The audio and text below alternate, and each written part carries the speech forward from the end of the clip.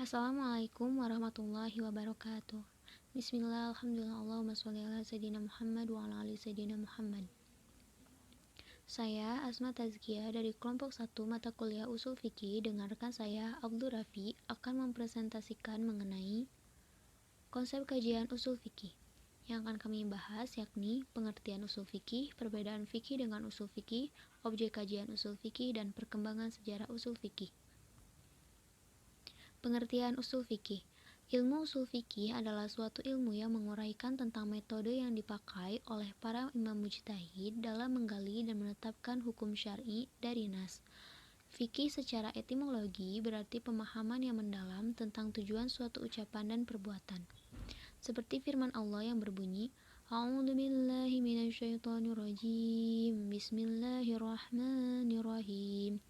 فَمَا لِهَؤُلَاءِ الْقَوْمِ لَا يَكَادُونَ يَفْقَهُونَ حَدِيثًا Shadaqallahul Azim, yang memiliki makna, maka mengapa orang-orang itu atau orang munafik hampir-hampir tidak memahami pembicaraan sedikit pun? Quran Surat An-Nisa ayat 78.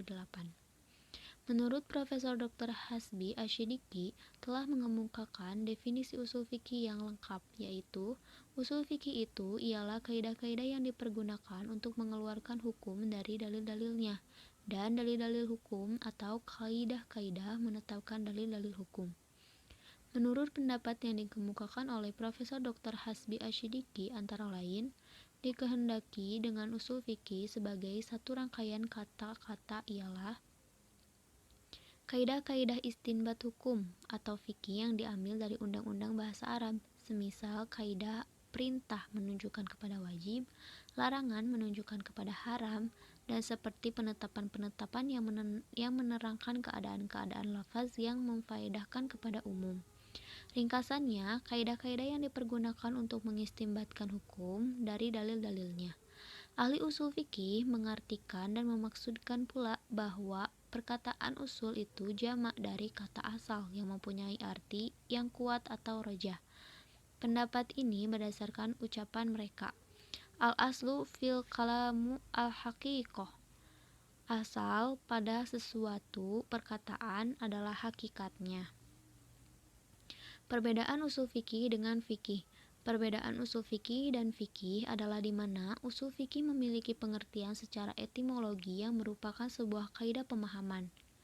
Ilmu ini juga mempelajari bagaimana dasar sebuah kaidah dan juga metode yang digunakan untuk dapat mengistinbatkan sebuah hukum syara'. Ilmu fikih berbicara tentang hukum dari suatu perbuatan, sedangkan ilmu usul fikih berbicara tentang metode dan proses bagaimana menemukan hukum itu sendiri. Fikih terlihat sebagai koleksi produk hukum, sedangkan usul fikih merupakan koleksi metodis yang sangat diperlukan untuk memproduk hukum. Objek kajian usul fikih. Menurut Abdullah bin Umar al-Baidlawi, ada 3 masalah pokok yang akan dibahas dalam usul fikih, yaitu tentang sumber dan dalil hukum, tentang metode istinbat, dan tentang ijtihad. Menurut Abdullah bin Umar al-Baidlawi, kajian tentang hukum atau al-hukum diletakkan pada bagian pendahuluan. Sedangkan menurut Imam Abu Hamid al-Ghazali, hukum syara dan yang berhubungan dengannya seperti hakim, mahkum fih, dan mahkum alaih. Tentang sumber-sumber dan dalil-dalil hukum, cara mengistinbatkan hukum dari sumber-sumber dan dalil-dalil itu, tentang ijtihad. Pembahasan tentang dalil dalam usul fikih adalah secara global. Di sini dibahas tentang macam-macamnya rukun atau syarat masing-masing dari macam-macam dalil itu, kekuatan dan tingkatan-tingkatannya. Jadi, di dalam ilmu usul fikih tidak dibahas satu persatu dalil bagi setiap perbuatan. Pembahasan tentang hukum dalam ilmu usul fikih adalah secara umum, tidak dibahas secara terperinci hukum bagi setiap perbuatan. Yang menetapkan hukum atau al-hakim, orang yang dibebani hukum atau al-mahkum alaih, syarat-syarat ketetapan hukum atau al-mahkum bih, dan macam-macamnya, dan perbuatan-perbuatan yang ditetapi hukum atau al-mahkum fih. serta syarat-syaratnya. Selanjutnya akan dilanjutkan oleh rekan saya. Kepada Abdul Rafi, saya persilahkan. Bismillahirrahmanirrahim. Di sini saya akan melanjutkan pembahasan tentang kajian usul fikih. Yang nomor ketiga adalah pembahasan tentang cara kaidah mengistinbatkan hukum syara dari sumber dan dalil yang mengandungnya. Seperti contohnya kaidah-kaidah wajib, yaitu al-aslu fil amri wujuban, yaitu bahwasanya perintah itu menunjukkan kepada wajib, maka hukum syaranya itu wajib. Adalah usaha membuat keputusan hukum syara berdasarkan dalil-dalil Al-Quran atau Sunnah yang sedia ada. Pembahasan kaidah teori yang diambil dari atau menghimpun masalah-masalah fikih yang bermacam-macam sebagai hasil ijtihad para mujtahid, yaitu yang digunakan sebagai jalan untuk memperoleh hukum dari hukum dari dalil-dalilnya, antara lain mengenai ragamnya, kehujahannya, dan hukum-hukum dalam mengamalkannya.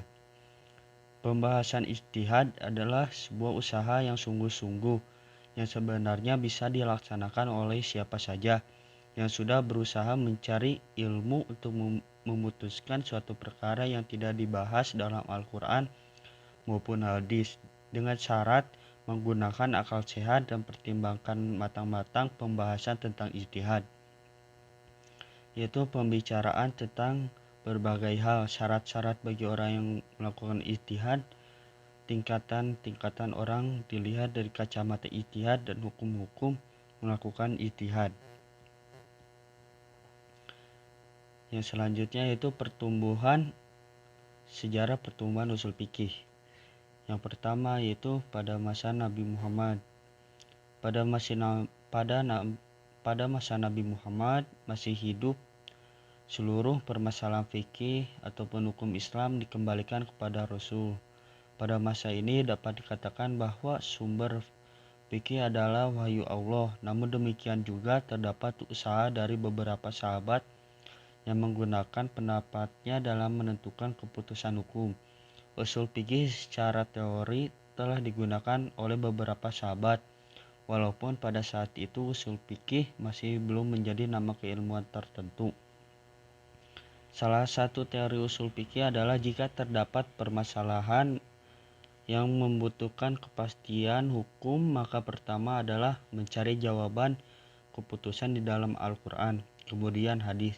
Jika dari kedua sumber hukum Islam tersebut tidak ditemukan, maka terdapat berijtihad. Yang kedua yaitu pada zaman sahabat dan tabi'in, pengetahuan mereka sempurna tentang hukum-hukum terdapat di dalam Al-Quran dan mengetahui pula sebab-sebab turunnya, serta merahasiakan syariat dan tujuan karena pergaulan mereka pada zaman Nabi SAW. Karena itu mereka tidak memerlukan peraturan dalam mengambil suatu hukum.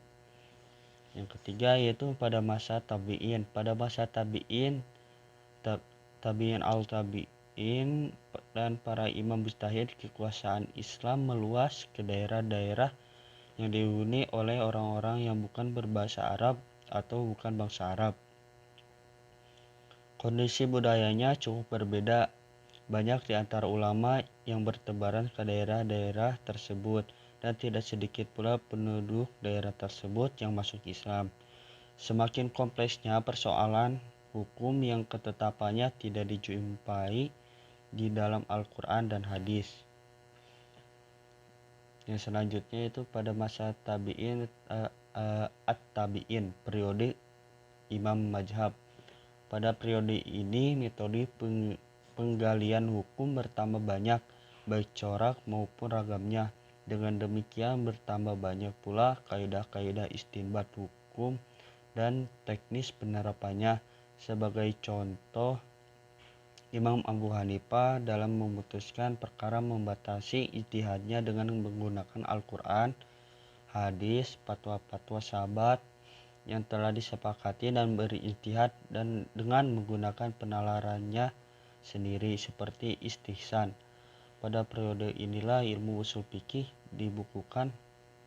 Ulama yang pertama merintis pembukuan ilmu ini adalah Imam Syafi'i, ilmu berkebangsaan Quraisy. Ia memulai menyusun metode-metode penggalian hukum Islam, sumber-sumbernya, serta petunjuk usul fikih.